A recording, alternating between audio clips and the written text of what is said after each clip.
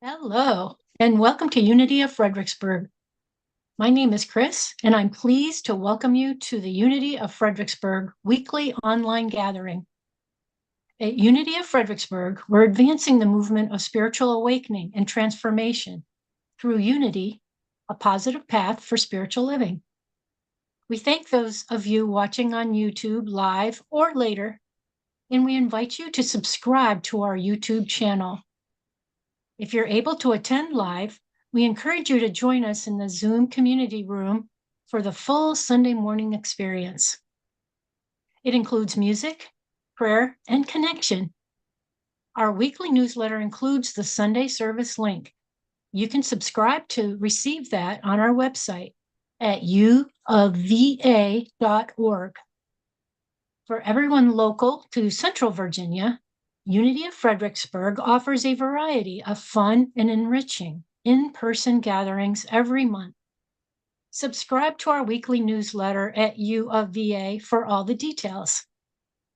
Our message today comes from our minister, Reverend Cheryl Fair. And now, here's Reverend Cheryl. Thank you, Chris, and welcome, everyone who is in the Zoom room with me right now, and anyone who's watching on YouTube, whether you're watching now or you're watching later. I appreciate you being there. So our broadcast date today is April the 21st, 2024. Our annual theme here at Unity of Fredericksburg is well-being, and our focus for the month of April is environmental well-being.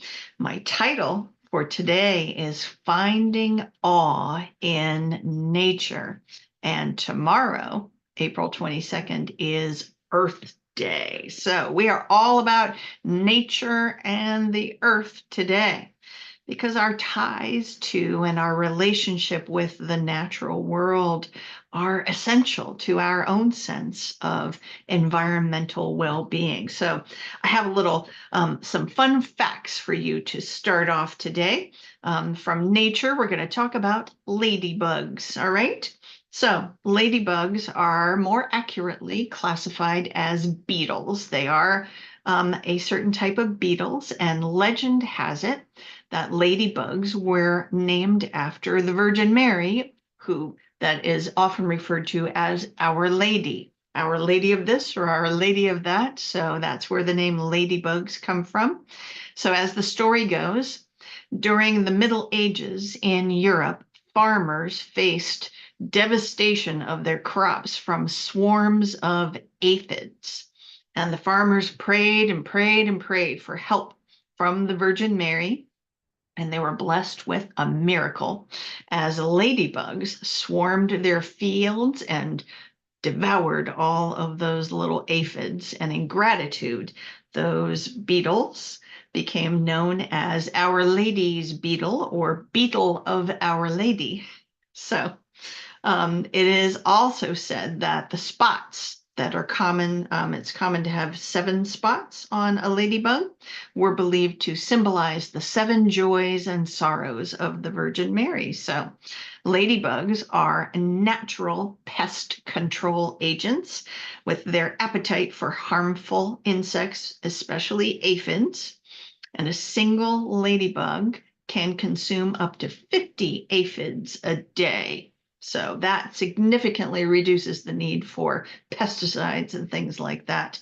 So you should encourage your ladybugs. And ladybugs are also an indicator of biodiversity. So their presence in an ecosystem is apparently a sign of a healthy and diverse environment. So yay for ladybugs. All right. That's a little warm up for today and for our focus on environmental well-being. And here's another little quote to get us going here today. This is from Pulitzer Prize winning poet Gary Snyder. Short little quote: "Nature is not a place to visit. Nature is home." So it is, right? Earth is our planetary home.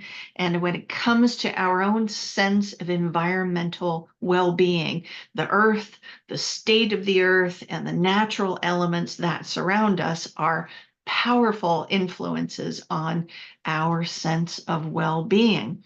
And in terms of the outer physical world, and it's got, most of the time on Sunday, we're kind of talking about our inner consciousness world, but today we're talking a lot about our outer physical world. And there actually is a lot more of nature out there than there is of us human beings, right? We have a strong sense as human beings of our own presence, right? With our cities and the things that humanity has built. And of course, there's a lot of information out there about the impact that humans are having on the earth. But it's important to remember that the earth, 70% of the earth's surface is ocean. And of the whole surface of the earth, humans actually occupy only about 10% of the Earth's surface. So there's a lot of nature out there, and we resonate with it, right? Because we're all made of the same stuff, the same molecules and elements and things like that, whether it's mountains, oceans, other living creatures. We vibrate with the same frequencies, and we all the living creatures experience the effects of the planet, of gravity and weather. We all share this in common. A storm is a storm to a little ladybug, just like it is to us. So as we take time to really observe nature, spend time in nature, we are reminded of the divine within ourselves and within all of nature. And spending time in nature, I don't think I need to tell you, but this is what our focus is for today. Spending time in nature is a powerful, powerful spiritual practice. So in Unity, we have lots of different names for God, right? For the divine. We have God, universe, love, all that is. And in Unity, we honor that there are many different spiritual paths, many ways in which people experience the divine. And for many people, their personal experience of the divine is found in nature. So those are folks that rarely would come together and go to church in some way, but you would find them hiking or gardening or paddling or whatever it is that they're doing out in nature, because this is a very common thing for people that, their time with hands in the soil is their spiritual practice. That's how they connect. And a lot of us share that, whether it's in small moments or this is how we do it all the time. Here's a quote that I love from American architect and designer Frank Lloyd Wright. "I believe in God, only I spell it nature." That's a good one, isn't it? I believe in God, only I spell it nature. So when Unity founder Myrtle Fillmore was young, her parents took her to church, and she had friends, families go to church. It was a very strict fundamentalist church, and Myrtle didn't like it. And when she reached a certain age, I can't remember what age, sorry, she kind of refused to go, you know. And instead, she spent time in nature. She went for walks. And then later on, as an adult, she wrote about how she experienced God in nature. So here's something that Myrtle wrote about that. "I delighted in getting out in the garden or walking in the woods. I loved to touch a tree and felt it was truly intelligent. I received something very satisfying from my close contact with nature. I know now that I was feeling and responding to the omnipotent Spirit of God. The abundant life of God was pouring out to me from everywhere, and my hungry soul and body were drinking it and rejoicing to express it." So that's a wonderful example from Myrtle. about how we resonate with the energy in the natural world because we recognize that energy as the energy of the divine. And when we spend time in nature, of course, we're reminded that we have that same energy within ourselves. So spending time in nature is naturally healing for us. So when we feel boxed in by our human circumstances, Mother Nature is always there and always showing us how to keep blooming and growing and doing our thing, even when our circumstances feel really limited. And this would really rang true for me in the springtime of the year 2020 when we were all trapped inside our homes because of COVID-19. And I can remember sitting at my desk. I've got a window I can look out when I'm sitting at my desk. And, there were so many things that we were dealing with, all this information about what was safe and what wasn't safe. And I look out the window, and springtime was just going crazy out there. I mean, just the flowers, the bushes, the trees. It seemed like the most energetic and abundant springtime out there that had ever happened. And probably it looked even more fabulous because of all the things that we were experiencing at that time, when it wasn't safe to go to the store, wasn't safe to go to work or to church, but it was still safe to be out in nature, wasn't it? Could still go for a walk. And it really helped people kind of get in touch with that again, get out there and keep, a safe distance from all the people, but just breathe in the fresh air and be with nature. While we were struggling to do our human stuff, nature was just showing us that true overcoming power of the power of life and reminding us that this is a power we all share within. So, in this week of Earth Day and awareness around Earth Day, let's be reminded that nature is not something that's just out there. It's in us. It's in our hearts. We are in nature and nature is in us. So the sacred wilderness is not just something out there in our national parks or something. It's right within us. It's right outside our door. It's in our neighborhood. It's in every cell of our body. There is no separation. Just like when we talk about God is inside each one of us expressing there is no separation. As I say, I feel like almost every Sunday I'm quoting Jesus when he said, "The Father and I are one." And he wasn't saying that just about himself, because he turns right around and says, we are all part of that one. We are all one. Here's a quote from Thomas Aquinas, who was an Italian Dominican friar and priest who wrote in the 13th century. Revelation comes in two volumes, the Bible and nature.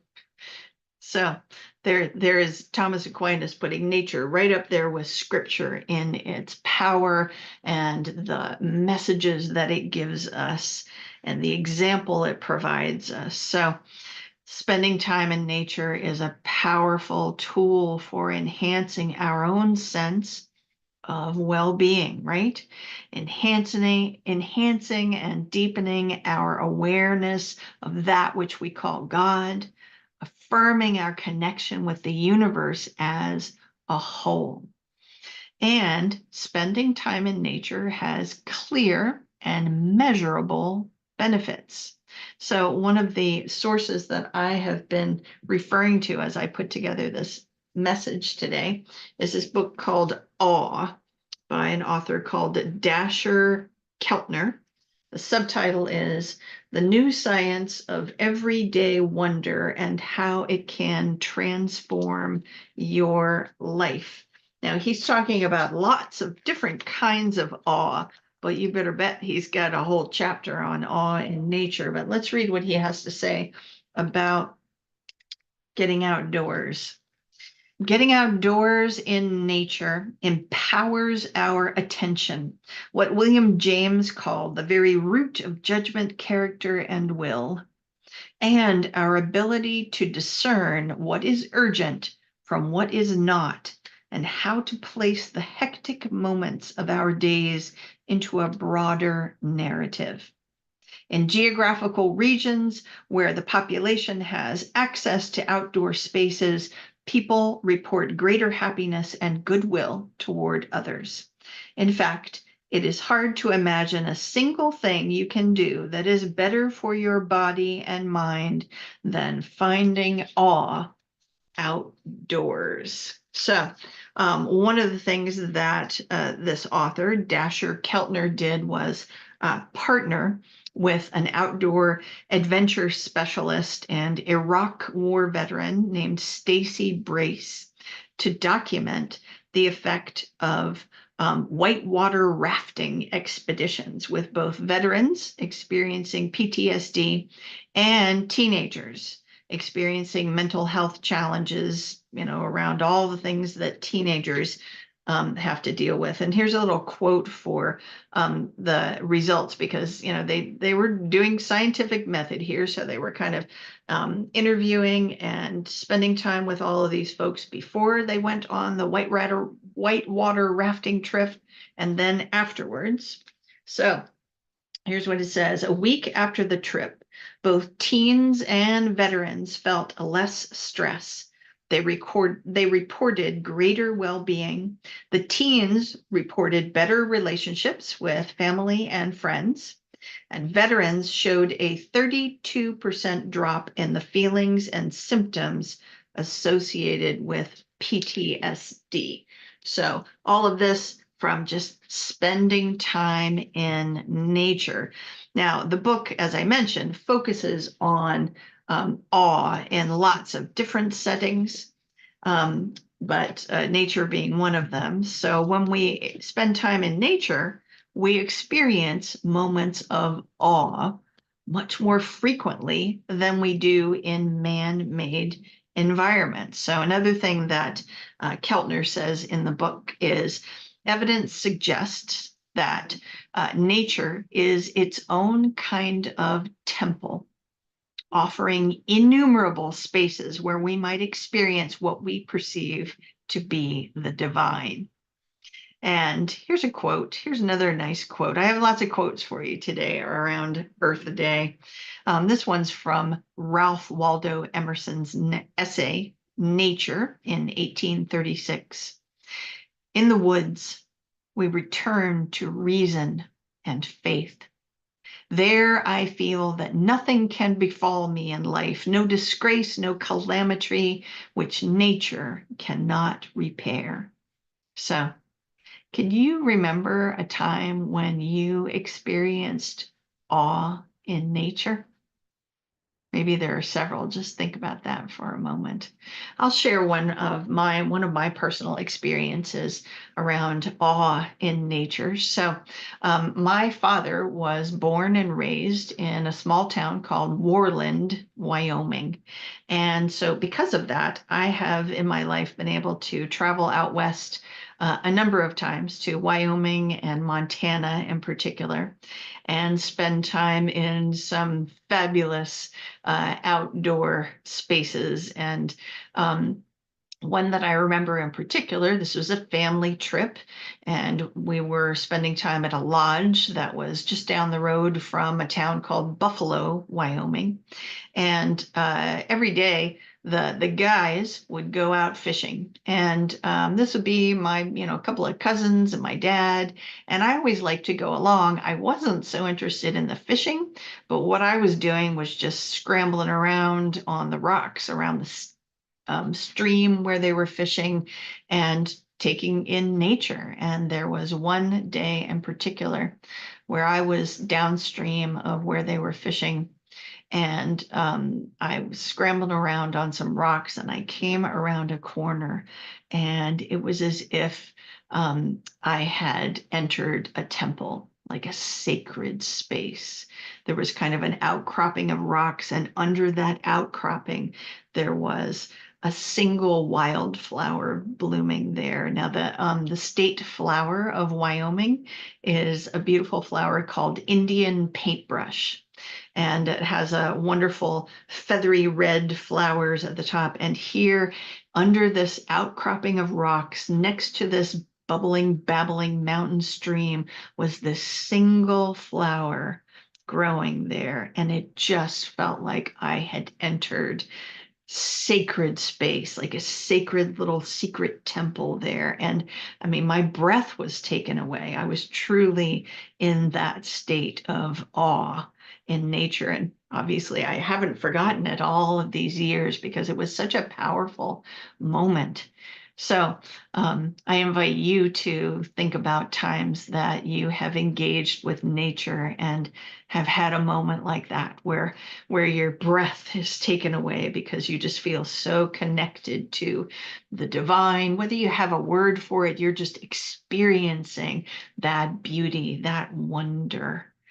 So what we can do to enhance our current sense of environmental well-being, obviously, is find ways to spend more time in nature. Now, we know that our life circumstances can limit our opportunities to spend time in nature. We get that. So let's kind of look just at a series of things you can do. I always like to have some kind of practical application when we're talking on Sunday morning. So if you are able to be active and out in the world, you can look into a practice. I've heard it referred to a couple of ways.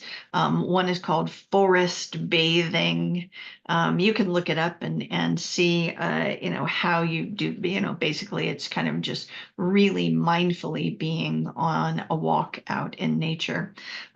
There's another way it's referred to as earthing. And so I'm going to read to you. I've read to you from this book before. It's called This Life is Yours. It's by Linda Martella Whitsett and her daughter, Alicia Whitsett. So they're talking about this practice called earthing. And they describe it as if you are able to go outside, lie in a field, or walk a path in the woods, or dip your toes in a stream, or just sit in your backyard.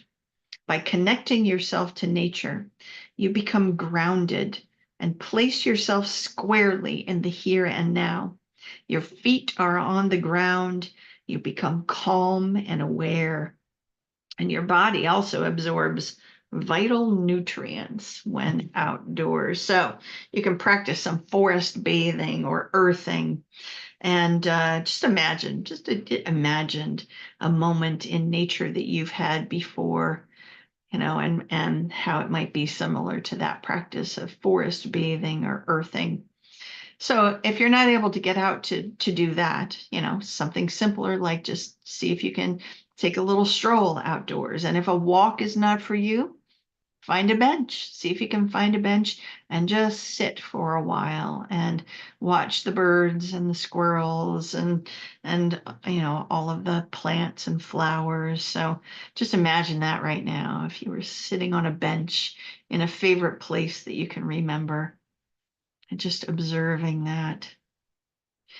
Now, if you're not able to get outdoors for whatever reasons you might have going on in your life, see if you can spend time near a window, right? Where you can look out at nature, because even being able to gaze upon it from indoors is a powerful healing mechanism. I went through a phase in my life where I had to spend months in hospital and rehab. And I can tell you the hardest phases of that were when I was in rooms that didn't have a single window, because even if all I could see was a piece of sky, it was enough to sort of, get me out of the circumstances that I was in my consciousness. So you might say, but Reverend Cheryl, what if I don't have a window? So if you don't have a window with a view, you can set yourself up a little altar just with a couple of little things. So something representing natural elements, or a picture of the beach, or a shell, or a rock. These days, there are a lot of apps you can use on your phone so that you can play nature sounds. I frequently use an app called Insight Timer, and it has background sounds that you can play while you're in meditation. And I frequently use one that's the sound of waves lapping on the shore. So see if you can do one of those things. And if you can't manage any of those things, you still have your imagination, right? You can use your memory, or you can imagine. You can imagine sitting and observing nature. Do that right now. Just kind of, think of another scene in your mind. If you've been thinking about the mountains, then think about the ocean or some other place that you have been. Anything you can do to remind yourself of your connection with the larger universe and the natural world is very healing. Here's a short little story from Scott Aubrey, who's a CSL, that's Center for Spiritual Living Minister. He's a publisher of a website that I visit frequently for material called Spiritual Passages. And here's a little story that he tells. A couple of years ago, I was going through a rough period, and I went for a walk in a forest not far from my home. A friend had given me a tour of this forest when I first moved to the area, and she pointed out a tree that she said had been determined to be at least 800 years old. And in this challenging time, I felt myself drawn to that spot. I stood beneath that tree looking up, and a great sense of reverence came over me. I remembered how good and perfect this life is. And I thought, if this tree can just continue on and on, just being itself, can't I? Can't I feel just as anchored in the truth of who I am? Absolutely, right? So do what you can, my friends, to be in nature, be with nature, whatever level is comfortable for you. And the more you do so, the more you will enhance your sense of well-being and allow that sense of well-being in your environment to seep into the soil of your consciousness. And it will benefit your thoughts, your feelings, your beliefs, your attitudes in powerful and amazing ways. So I'm going to share one more quote with you before we go into our time of meditation, returning again to the words of Myrtle Fillmore from an essay called God's Garden. It is the joy of the spring sunshine that fills my soul and wings my voice as it flows out to you. And I trust it is as welcoming as a breeze coming in at your open window. And like sunshine and spring air, it is laden with God's blessings for you. Like the garden outside your window, your soul and body are God's garden too. Here, the Creator works through your consciousness with its light and love and life to reproduce the beautiful patterns of your thoughts. Into the chalice of your soul, which your faith holds wide, God pours its ideas, which take root in your desires, your acts, and your very flesh. The miracles of growth are being performed all the time. It is always springtime in the soul. You are doing in the spirit just what the seeds of the garden have done. You prepare the garden of mind and heart with liberal words of truth. In doing so, you are contacting the Christ Spirit and making use of a veritable element of being and bringing into visibility the beauty and perfection of God's ideal and of heaven, which are your home, and your words of life and health, joy and truth are God's way of eternally blooming forth the radiance of their kind. So it is. And now we're going to move into our time of meditation, friends. So I invite you to begin, as we often do, with focusing on the breath. And you can allow your outer eyes to drift closed if you wish, as we witness the body in the seat and the breath moving in and out of the body as we breathe in and connect, breathe out and connect. Just feel your connection with all of nature, all of those amazing expressions of divinity in so many different forms. Feel your kinship now with all of the mammals that are on this earth. You share many of the same elements, and you breathe the same air, the same breath as a majestic whale coming up out of the ocean to take a breath. You breathe the same air as a tiger in the jungle, a hippopotamus, a puppy dog. Feel your kinship now with earth, sand, stone. You share the same elements with these as well. Same molecules, warm, grounded, settled, calm. Feel your kinship now with the water of the earth, streams and lakes, puddles and oceans. You share the same elements.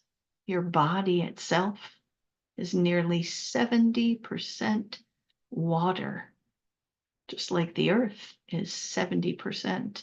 Surface of the earth is water, ebbing and flowing, infinitely fluid and yet powerfully strong. This essence is present in you and present in our earthly home. Breathe in and connect. Breathe out and connect as we move now into a time of stillness together.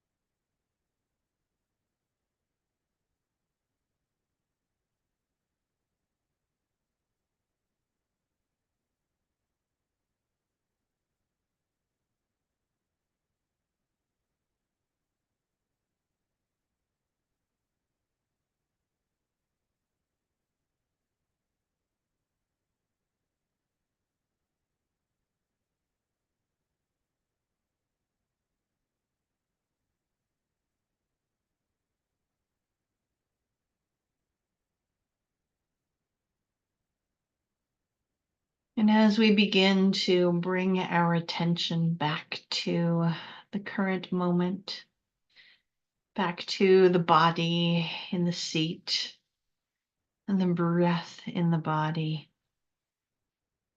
we remember and recall and move forward with compassion and intention, living out this relationship we have with our earthly home, mindful of every choice that we make in our day and how it impacts the earth, mindful of every step upon the earth, and compassionate and encouraging of all living things and the earth itself, just as we are compassionate and encouraging with ourselves, with our thoughts, with our bodies, with our neighbors, and we are grateful.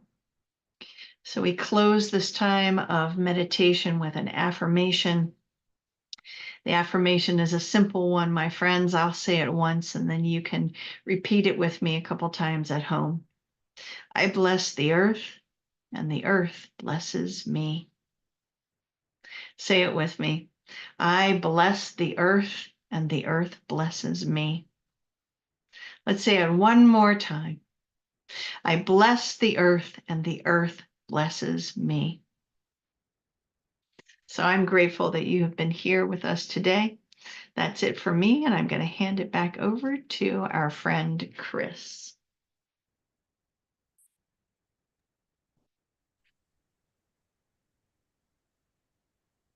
Oh, that was so wonderful. Thank you.